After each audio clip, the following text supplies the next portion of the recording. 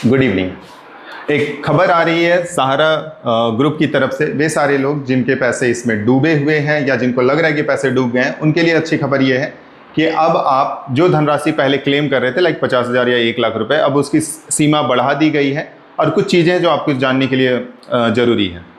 सहारा एक बहुत बड़ी कंपनी थी, उम्मीद नहीं था वो डूबेगी, पर बहुत सारे लोग लाइक मजदूर, किसान, सब्जी बेचने वाले, सबके पैसे उसमें जाते थे। मैंने देखा डेली के 40 रुपये 50 रुपये भी लोग जमा करते थे और लंबे समय तक उन्होंने जमा किया, एक अच्छे भविष्य के लिए जो बुरे समय में काम दे, उस धनराशि को जमा करने के लिए। खैर, मैं टॉपिक पे आता हूँ। ध्यान देने वाली बात यह है, एक पीडीएफ मैंने तैयार किया, बस पढ़ देता हूँ, आपको जानकारी मिल जाएगी। और मुझे लगता है ये आपको जानना चाहिए। हर वो इंसान जिसका पैसा सहारा में है उसे ये जानना चाहिए, चाहे अमाउंट छोटा हो या बड़ा हो। आते हैं टॉपिक पे। सहारा इंडिया रिफंड को लेकर सरकार और कोऑपरेटिव सोसाइटी CRCS पोर्टल की तरफ से कुछ बड़े और महत्वपूर्ण अपडेट जारी किए गए हैं। अगर आपका पैसा भी सहारा में फंसा हुआ है तो आपके लिए निम्नलिखित बदलावों को जानना बेहद जरूरी है। सबसे पहली बात जो है, क्लेम या दावा की सीमा बढ़ाकर 10 लाख रुपए कर दी गई है। पहले ये 50,000 या 1 लाख रुपए ऐसे कुछ था, लेकिन अब ये एक बहुत बड़ा बदलाव है, 10 लाख रुपए कर दी गई है। फायदा किसको है? वो लोग जिनकी बड़ी धनराशि इसमें चली गई है। 10 लाख रुपए तक अभी वो क्लेम कर सकते हैं और फ्यूचर में से और बढ़ाने की बात है, धीरे धीरे करके सबके पैसे निकलेंगे। हाँ, तो क्लेम या दावा की सीमा बढ़ा करके 10 लाख रुपए कर दी गई है। अब रिफंड पोर्टल पर बड़े निवेशकों को भी राहत दी गई है।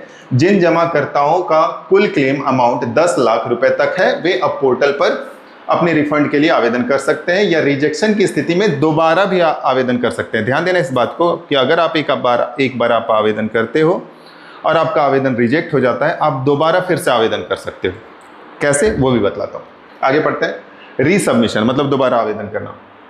रीसबमिशन पोर्टल चालू है। यदि आपका पहला आवेदन रिजेक्ट हो गया था या उसमें डेफिशिएंसी कम्युनिकेटेड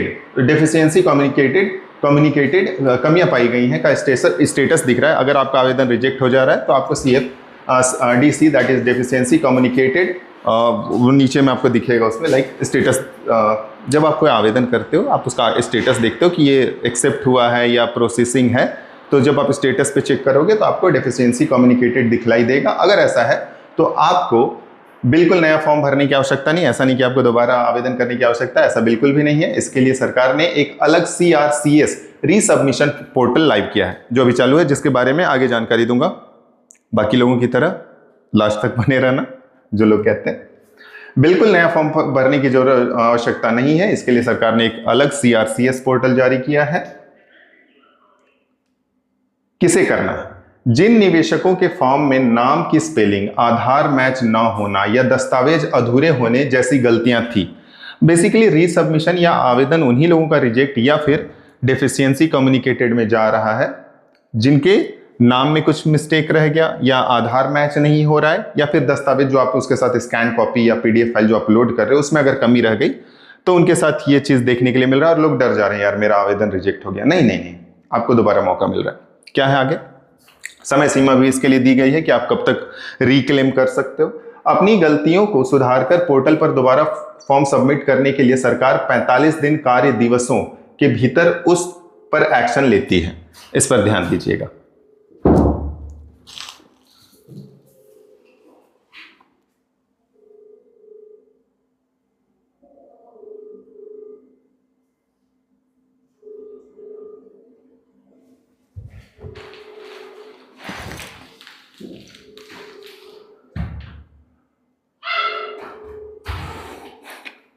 पैंतालीस कार्य दिवसों के भीतर, यानी कि 45 दिन का आपको टाइम है। इट इज़ लाइक अगर आपने आज फॉर्म दिया, 2 दिन बाद आपको डेफिशिएंसी कम्युनिकेटेड स्टेटस दिखलाया जा रहा है, तो आप 45 दिन के अंदर फिर से रीसबमिशन कर सकते हो। अच्छी चीज़ है।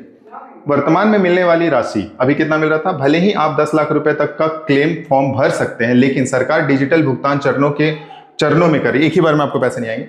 वर्तमान में पूरी तरह से सत्यापित वेरीफाइड हो चुके खातों में 50,000 तक की राशि सीधे आधार से लिंक बैंक खाते में DBT के माध्यम से भेजी जा रही है। DBT direct beneficiary transaction and all that, ऐसे कुछ होता है। अब तक लाखों निवेशकों को करोड़ों रुपए वापस किए जा चुके हैं। 10 लाख रुपए या 8 लाख रुपए का अगर आप क्लेम कर रहे हो तो ऐसा नहीं कि एक ही बार में आपको पैसे आएंगे। शुरुआती जो स्टार्टिंग आपके अमाउंट आपके अकाउंट में जो शो करेगा या जो क्रेडिट होगा दैट इज 50,000 रुपीज, लेकिन बाकी पैसे भी मिलेंगे।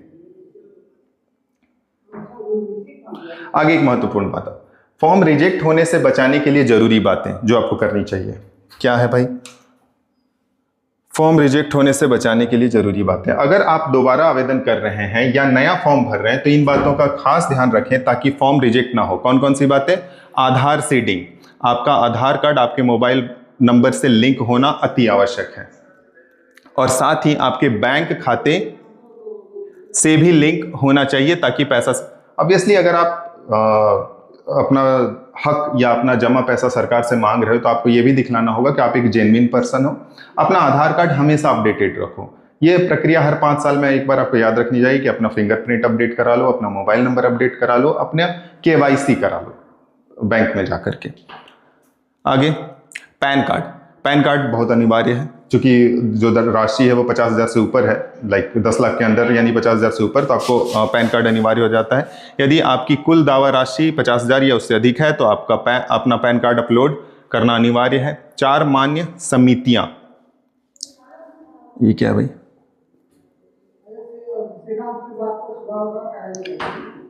4 मान्य समितियां, आपका पैसा केवल इन 4 सहारा सोसाइटियों में से ही किसी में होना चाहिए। जैसे सहारा की अलग अलग स्कीम्स थी, अलग अलग सोसाइटी उन्होंने क्रिएट किया था, तो अगर इन चारों में से किसी में आपने निवेश किया है तो आपके पैसे आपको मिलेंगे। अभी इन चारों को एक तरह से देखा जाए इन चारों पे काम चल रहा है।